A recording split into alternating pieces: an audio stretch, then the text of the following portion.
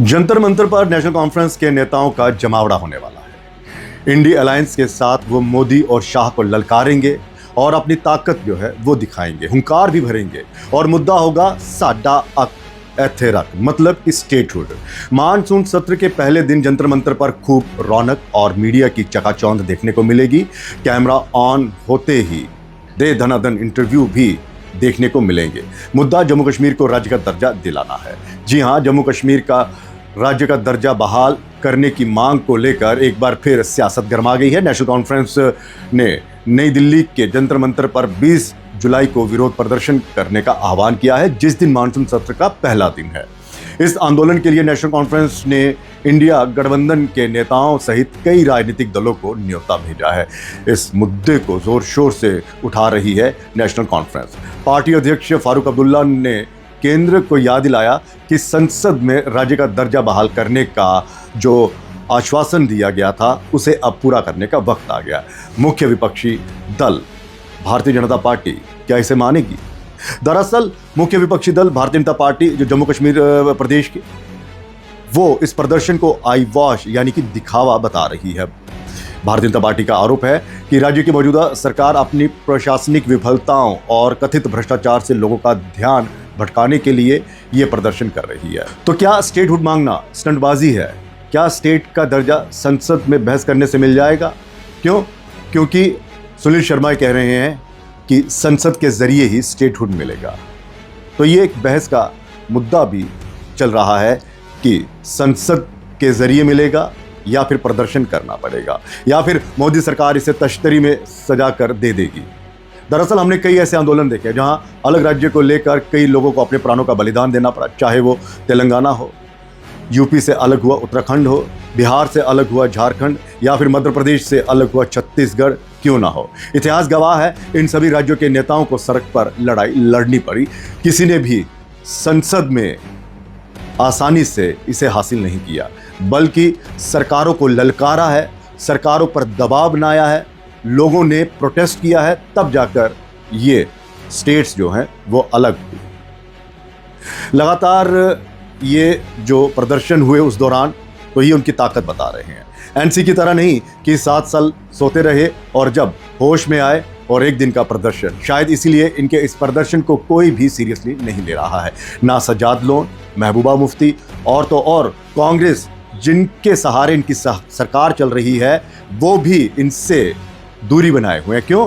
क्योंकि पिछले साल जब हमारी स्टेट हमारा हक के तहत कांग्रेस ने जंतर मंतर पर प्रदर्शन किया था, तब इसी नेशनल कॉन्फ्रेंस ने उनका साथ नहीं दिया था और साथ कहा था कि हमें तो बताया ही नहीं, हमें कॉन्फिडेंस में नहीं लिया, अगर लेते तो हम वहाँ पर प्रदर्शन करते।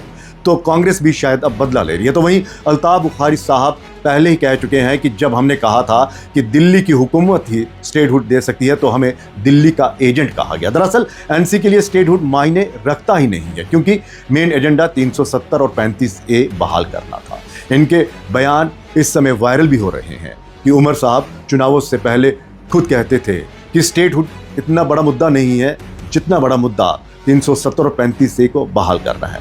तो क्या उमर अब्दुल्ला और नेशनल कॉन्फ्रेंस के जितने भी नेता वो खाना पूर्ति के लिए प्रदर्शन कर रहे हैं, वो भी संसद के मानसून सत्र के एक दिन पहले, वो भी केवल एक दिन का प्रदर्शन? आइए आपको बताते हैं कि इनका मैनिफेस्टो क्या था चुनावों के दौरान और किस तरह से इन्होंने कहा था कि हमें स्टेट नहीं बल्कि 35A 370 की बहाली चाहिए। जम्मू कश्मीर विधानसभा द्वारा 2000 में पारित स्वायत्तता प्रस्ताव को लागू करने का प्रयास, ये इनके मैनिफेस्टो में है। अनुच्छेद 370 और 35 से जम्मू कश्मीर पुनर्गठन अधिनियम 2019 और संबंधित नियमों में बदलाव का समीक्षा प्रयास, 5 अगस्त 2019 के बाद बने उन कानूनों में संशोधन या निरस्त्रीकरण जो विशेष दर्जे को प्रभावित करते हैं, ये इनका मैनिफेस्टो था। और कुल मिलाकर हम ये नहीं कह सकते कि स्टेटहुड नहीं था, लेकिन स्टेटहुड को इन्होंने साइड पर रखा। जो अपनी प्राथमिक जो इनके मुद्दे थे, जो मेन मुद्दे थे, जो मेन मैनिफेस्टो में थे, वो यही थे। और जिन राजनीतिक कैदियों और युवाओं को जिन पर गंभीर आरोप लगाए हैं, जिन पर कोई अपराध नहीं है, उनकी रिहाई पर भी इन्होंने जोर दिया था। यानी कि कुल मिलाकर जम्मू कश्मीर स्टेटहुड इनका अहम मुद्दा नहीं था। हालांकि मैनिफेस्टो में इन्होंने उस मुद्दे को डाला, लेकिन जो प्रायोरिटी थी वो यही थी 35 से स्वायत्तता को बहाल करना, 5 अगस्त 2019 के बाद जो भी कानून बने हैं उन्हें निरस्त और उसमें बदलाव करना, ये इनके मेन जो थे एजेंडे में था। तो वहीं कश्मीरियों की वापसी को लेकर भी इन्होंने अपने मैनिफेस्टो में लिखा है, लेकिन 2 साल हो गए, किसी तरह का कोई भी जो इनका मैनिफेस्टो है, जो वादे हैं, वो पूरे नहीं किए। उमर अब्दुल्ला साहब ने खुद कहा था कि मैं तो पछता रहा हूं कि मैंने मैनिफेस्टो क्यों बनाया, क्यों मैंने उसमें बड़े बड़े वादे कर दिए। तो फिर क्यों ना कहा जाए कि ये स्टेटहुड जो है वो खाना पूर्ति है। मैनिफेस्टो में प्राथमिकता थी ही नहीं, क्योंकि बयान आपने सुने ही होंगे किस तरह से 35 से 370 लोगों चाहिए। और अब जो सबसे ज़्यादा सवाल उठ रहे हैं वो ये उठ रहे हैं कि क्या उमर अब्दुल्ला के सपने में सुनील शर्मा आ रहे हैं। दरअसल विपक्ष बार बार उमर सरकार पर लोगों के साथ दगा करने की बात करते आ रहा है, चाहे वो 12 गैस सिलेंडर हो, 200 यूनिट बिजली फ्री हो, डेली वेजर्स को स्थायी करना हो, भ्रष्टाचार पर लगाम लगानी हो, इलीगल माइनिंग को रोकना हो, बाहरी ठेकेदारों पर कार्रवाई करनी हो। ये सब जो थे मुद्दे थे वो बाकायदा सुनील शर्मा इनको याद दिला रहे हैं, और उमर सरकार जो है वो फेल हो रही है इन मुद्दों को हल करने में। तो क्या उमर सुनील शर्मा के द्वारा पार्टी टूटने और सरकार गिराने की चेतावनी से मुद्दों को भटकाने के लिए दिल्ली जा रहे हैं? क्योंकि सबको पता है एक दिन के प्रदर्शन से स्टेटहुड मिलने वाली नहीं है।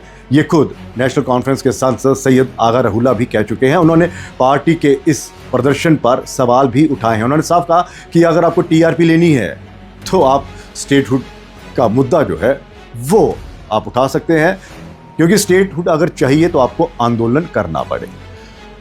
तो वहीं अल्ताफ बुखारी ने नेशनल कॉन्फ्रेंस के खिलाफ मोर्चा खोलते हुए कहा कि आप स्टेटहुड की आड़ में जम्मू कश्मीर का नुकसान कर रहे हैं, आप लोगों के काम नहीं कर रहे हैं, जो फंड्स केंद्र के जरिए यहाँ पर आ रहा है वो भी लैप्स हो रहा है। तो कृपया करके आप स्टेटहुड का मुद्दा उठाइए, लेकिन लोगों के काम जो हैं वो होने दीजिए। इसकी आड़ में आप इन कामों को जो है इग्नोर ना करें।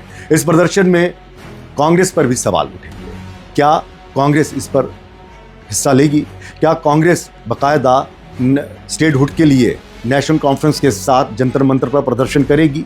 ये वो सवाल हैं जो बताते हैं कि दोनों पार्टियों के बीच में खटपट है।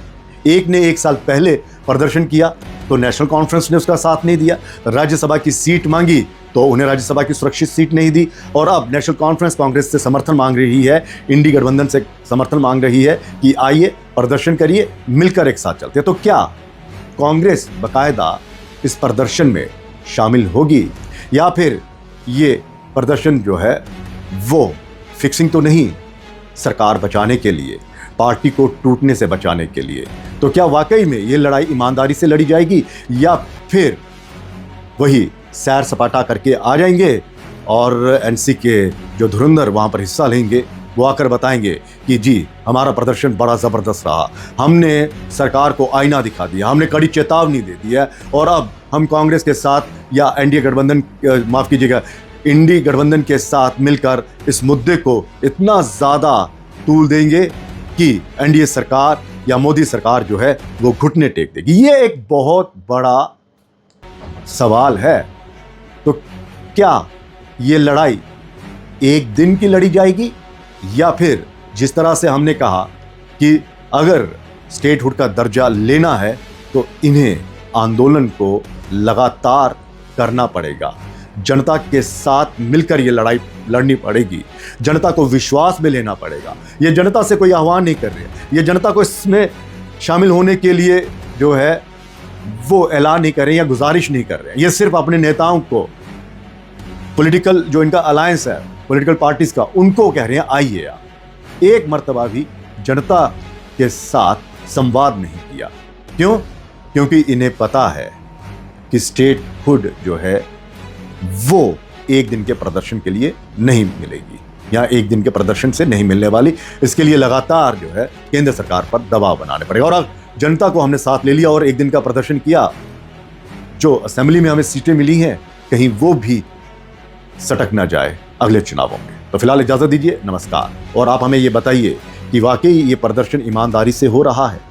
आप इस खबर को किस तरह से देखते हैं? अपने कमेंट्स जो हैं वो दीजिए और बाकायदा रेडियो संवाद को सब्सक्राइब करिए, लाइक करिए, इस स्टोरी को शेयर करिए।